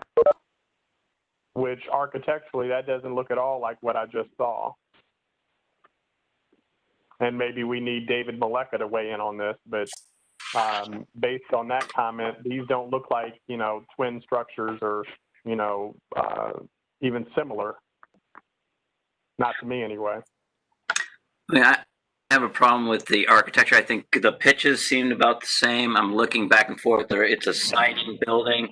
It does have pop dormers on the side, which is a differentiation from the house design, but no different than the garage you're seeing in the background, that other one. The other thing I'm noticing is too, as far as sightline issues from the neighbor, the windows on the back of this aren't more than 14 feet or so off the ground. There's no way anybody will be able to see over the garage across the alley into somebody's yard, especially story structure. So I don't think I honestly don't believe there's a sightline issue as well. Okay. Excuse me, am I still on mute? No, but your Excuse time me, is. this is Valor. No, but your time is up, ma'am. We heard your.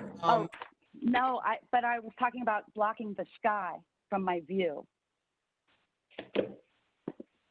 I was talking about privacy, but I also talked about blocking the sky from my view. We heard that, ma'am. Thank you. Thank you. Okay, will the applicants please address some of the additional concerns one final time? So as I was mentioned, this is a 1.5 story, so the height of the window is not as a full house. We won't be able to look into the other backyard. The other property that has a full two-story garage with a carriage home and a dwelling is 1157 Pennsylvania Avenue. And if you look at the architecture of that dwelling, that is very similar to the project that we are proposing. In terms of a look of the garage, it's similar to the one that Mr. Bannock is showing now. And in terms of the accessibility of the side alley, we are not going to build in that section. That will remain a fire alley with access. So we are not really obstructing any passage from the backyard of the other property to Pennsylvania Avenue. So our structure will remain within the boundary of our properties, obviously, and we also have an existing fence right now that goes around that alley. So the new build will be within the existing fence. And there will be a 4-foot setback from the alley, so the garage will be recessed from the end of the property line. Okay. And you do understand that there is a condition, right, Mr. Finish, that there would be no dwelling in this? Yes. Yes, Okay. we understand. Okay. Okay, do we have any further questions?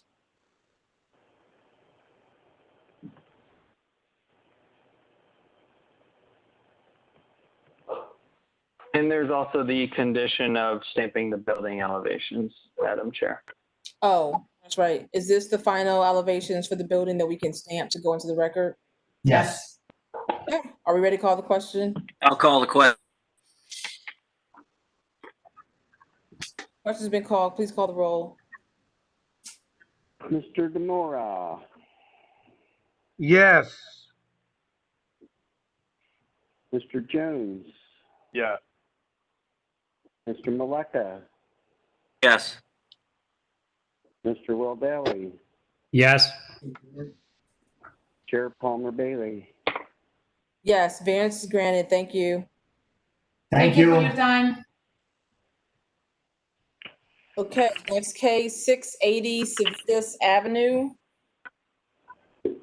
Will the applicant please unmute and identify yourself, please? Hello, everyone. I'm Sean Cullen, representing the owner, Jeffrey Newday LLC, and David Perry is also on the call assisting. Okay, can both of you all raise your right hand and swear that the testimony you give tonight is the truth, and with the truth, please state I do. I do.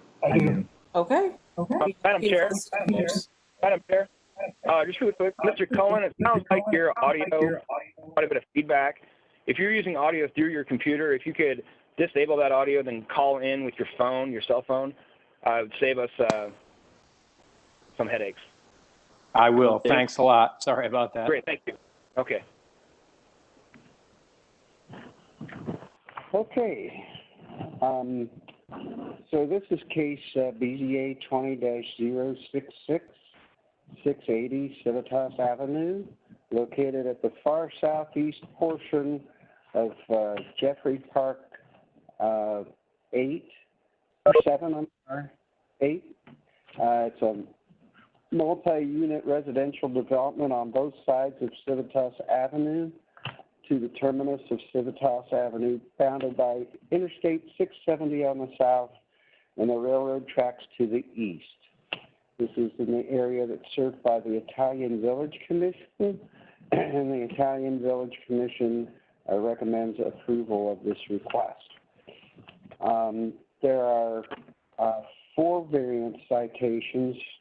The first is for landscaping and screening, and that is to not place landscape islands or interior parking lot trees throughout the east and south areas of the parking lot, to provide the total number of parking lot trees on the site outside of the sanitary and storm sewer easements, and for 711 Civitas Avenue to not provide interior parking lot landscaping and headlight screening along Civitas Avenue and Dickinson Street for a temporary parking lot for a period of 3 years.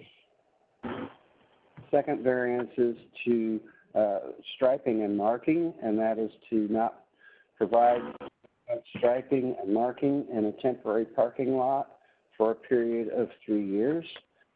The third variance is for surface at 711 Civitas Avenue and 299 Dickinson Street to provide for an asphalt or concrete surface for a temporary parking lot for a maximum of 3 years. And finally, lighting at 711 Civitas and 299 Dickinson to not provide parking lot lighting for an unimproved parking lot for a period of 3 years. The applicant proposes to construct a 310-unit apartment building, and they are asking to not have to provide all the parking on site. Now, normally what would happen in a situation like this is that there would be a variance involved for the required number of parking spaces, but this site happens to be in the Italian Village area that is exempted, or well, actually prohibits the board from granting variances. So the applicant has had a lot of discussions with traffic management people and myself and others involved, and the Italian Village people have indicated that they are satisfied with the arrangement so long as the parking can be provided across the street. So for a temporary period of time, they'd like that parking to be directly across the street on a surface parking lot that would not be improved, and that's why they're asking for the variances having to do with the landscaping and the lighting and so forth. And then eventually, within this 3-year period, or sometime in a 3-year period, to construct a parking garage where those additional parking spaces would be provided. That would be 171 parking spaces. So, having said that, it seems as though the Planning Division had no comment with regard to this application, and the Traffic Management Division is satisfied with the situation the way it is, so as proposed. So city staff is able to recommend approval of this request with 3 conditions. The first condition being that the unimproved parking lot shall be limited to a maximum of 3 years from the date of the board order and subject to a minimum of 171 spaces being provided by Jeffrey 7, parcel 010293345 at 680 Civitas Avenue, and a 600 space parking garage on parcel 010293349 at 299 Dickinson Street, not later than 3 years from the date of the board order.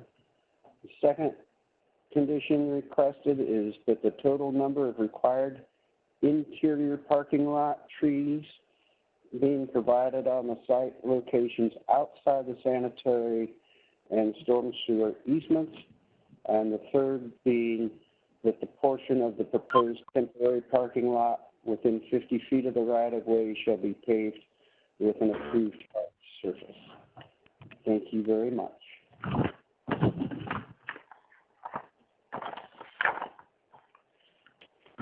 Okay, Mr. Cullen or Mr.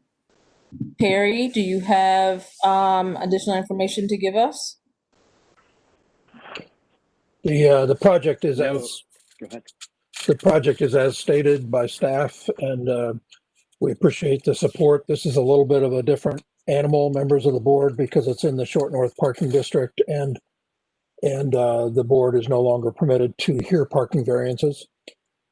So we have a situation with on-site parking, a very large City of Columbus sanitary and storm easement, where the city has asked us, it's stronger than that, has directed Sean to not plant trees within the easement.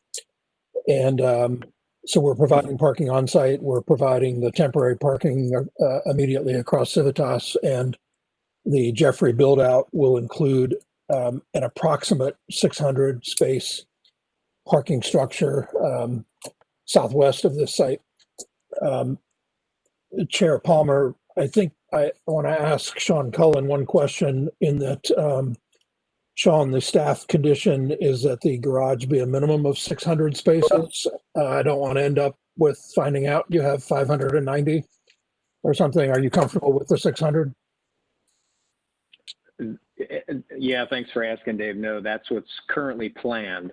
So that's what we're aiming for, not just to accommodate this site, but then that site to the southwest that you mentioned as well. Okay, so then we're good with the conditions, members of the board. Okay. Okay. Does the board have any questions for the applicants? Is there anybody here to speak about this application? Please unmute yourself and identify yourself.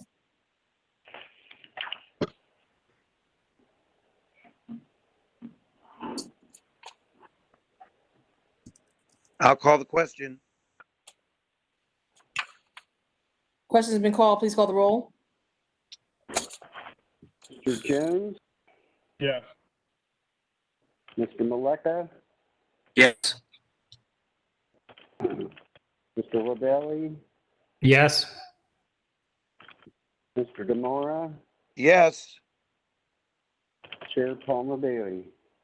Yes, variances are granted. Good luck with your project. Very good. Thanks Thank you for everybody's time. Appreciate it. Next case is 3389 Calumet Street, 3389 Calumet Street. Is the applicant on? Can you please unmute and identify yourself, please? Hi, I'm Rebecca Henderson. I'm the applicant and the property owner. at 3389 Calumet Street. My architect, John Eberts, is also on the call. Okay, is Sean Eberts, can you unmute and identify yourself? Oh, I see you right there. Yes. Okay, can you both raise your right hand? You promise that the testimony you give tonight be the truth and nothing but the truth? Please state I do. I do. I do. Okay, we will hear from the city first and then we'll turn it back over to you. Okay, this is case BGA 20-068, 3389 Calumet Street. It is located on the west side of Calumet Street, approximately 170 feet north of East North Broadway. This is in the area that's served by the Clintonville Area Commission. And let's see, the Clintonville Area Commission recommends approval of the request. The applicant is proposing to construct a 414.3 square foot two-story addition onto a single unit that would result in the attachment of the detached garage that's behind the house right now. This is a very technical variance to reduce the minimum side yard from 5 feet to 4 feet. And the reason why it's technical is because the garage as it stands today as a detached garage, being at a 4-foot side yard, it meets the code requirements. But because they wish to attach the house to the garage with the addition, it is a reduction in the required side yard as determined by zoning clearance staff. So city staff is recommending approval of this request. Like I said, it's very technical in nature, and we are asking for no conditions. Thank you. Okay. Thank you for the presentation. Okay, Mr. Eberts or the owner of the property, I'm sorry, ma'am, I forgot your name, but either one of you have anything to add? I might just mention David, it's go ahead, John. pre-existing condition that the garage, which meets the code before we attach to it. So we kind of walked into this one unsuspecting when we added the addition between the garage and the existing residence. Okay. Is there anybody here to speak about this application? Please unmute yourself, identify yourself.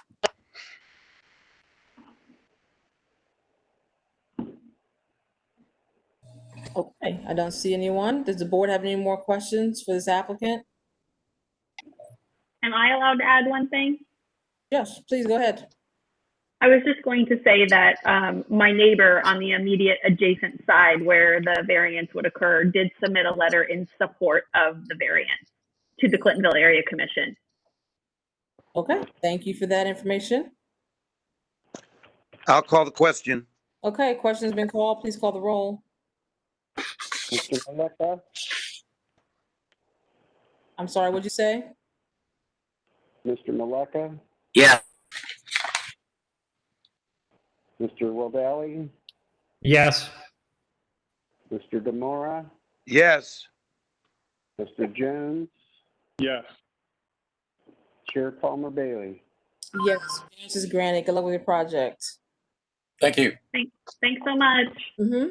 So I know it's not 6:30 yet. But do we have a decision ready on Allen Street?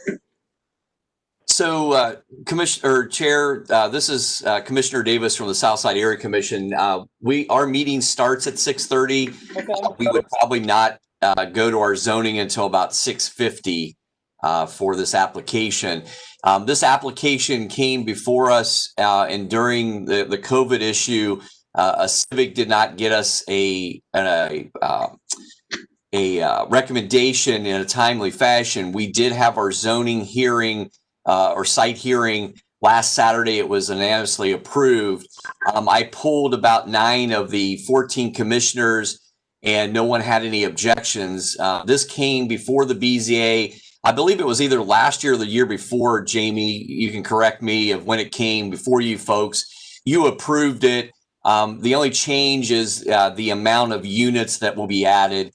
So I had talked to Director Celebrezzi, and he had suggested to come on and explain to you folks what was going on. I don't anticipate anybody pushing back on it. And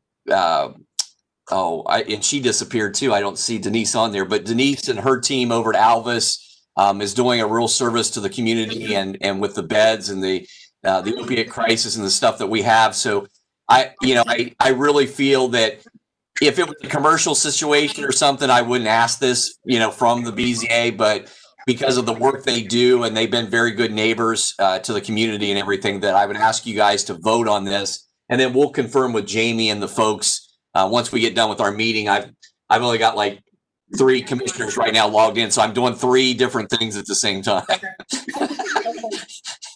So I appreciate your information there. We have done votes before, not hearing from the commission and having a good a good idea of how the commission feels. So I appreciate you coming on and sharing the information with us, and we will go ahead and hear the case tonight.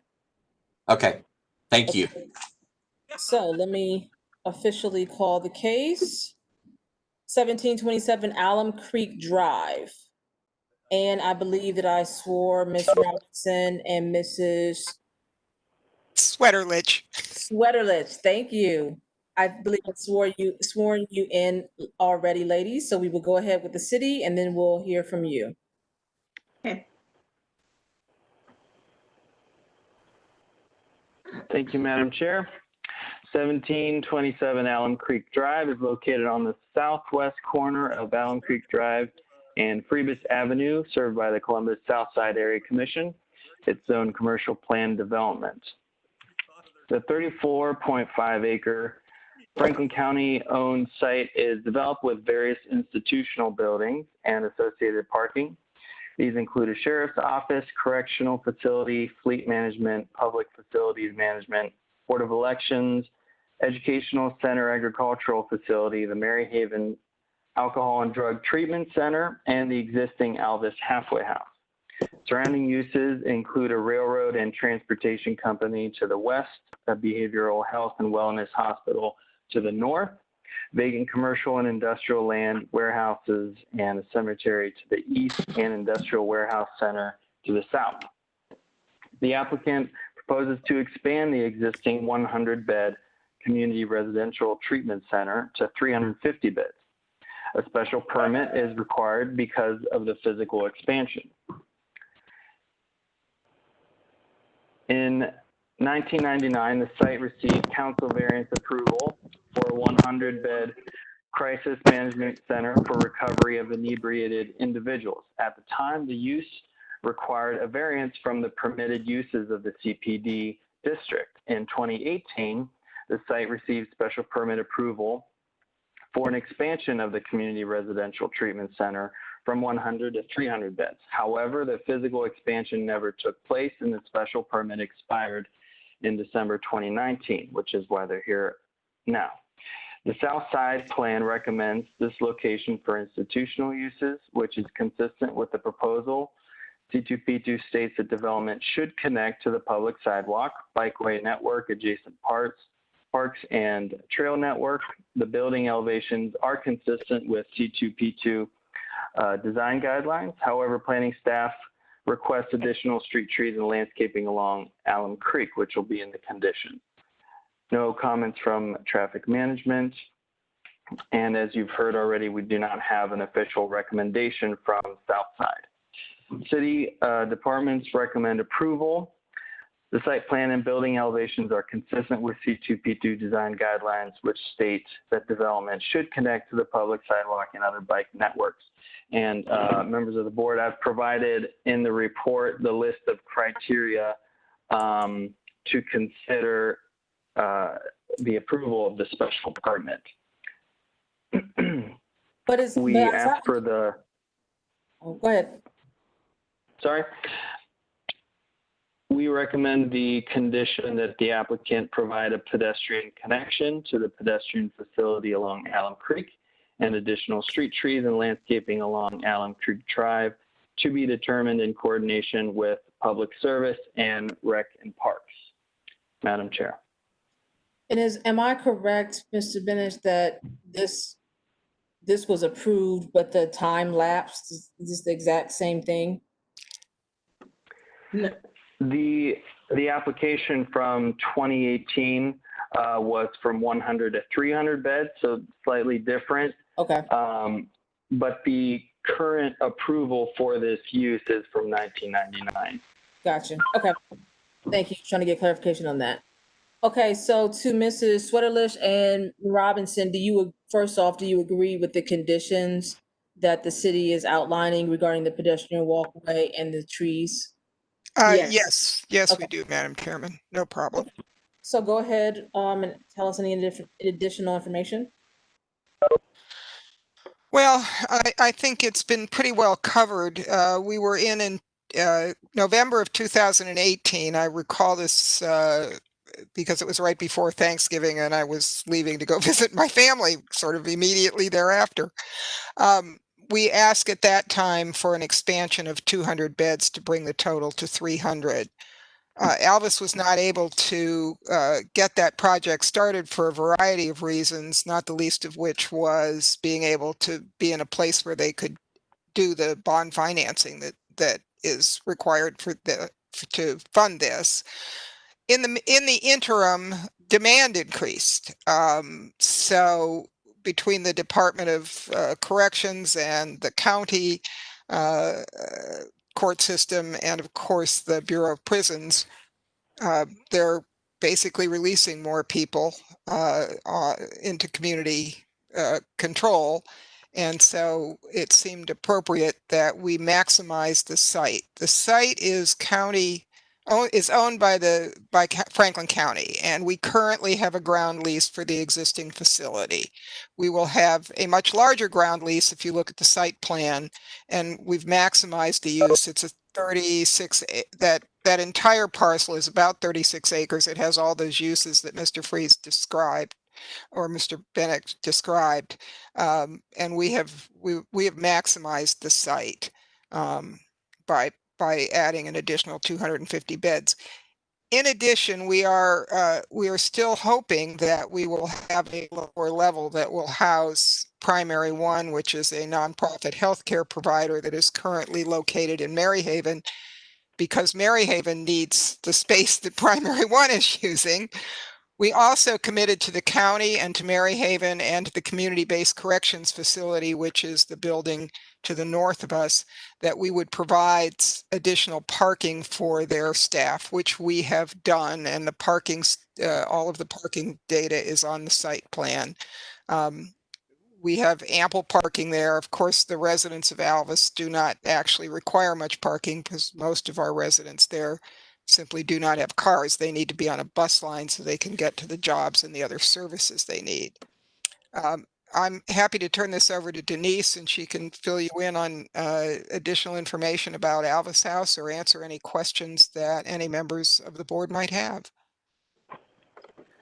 Thank you, Madam Chair and members of the board. If there's, I don't really have anything else to add except for just to reiterate that the demand is there and that we really want to add these additional beds for treatment. We do a lot more drug and alcohol counseling than we did prior to. And because of the opioid addiction and the issues surrounding that, we just feel that we need that additional space to do the work. And I think that's all, but I'll be willing to answer any questions. Is there anybody, does the board have any questions for the applicant?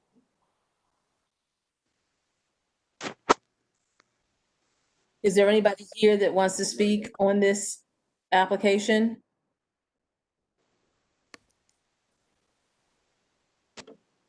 Please unmute yourself if you want to speak. Okay, I don't see anyone. Are we ready to call the question? I'll call the question. Question's been called. Please call the roll. Mr. Weldelli, Yes. Mr. Demora, Yes. Mr. Jones, Yes. Mr. Maleka, I understand you're going to recuse yourself. Is that Yes. true? That's true. Okay. And Chair Palmer Bailey? Yes. Thank you very much. Thank you so much. We will hop off because we are going to the commission meeting now. Oh, okay.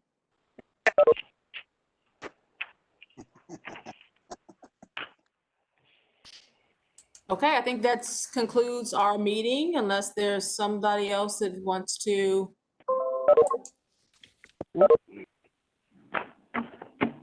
Okay, I think this is just us, guys. I will see you next month. Bye-bye. Bye. Thank you. Bill, Dave, Mike, down. Yes. Who did you say stay on? David and Mike. Not me, Michael. Okay, thank you. Michael Merritt, sorry. Bye, Dan guys. Butch.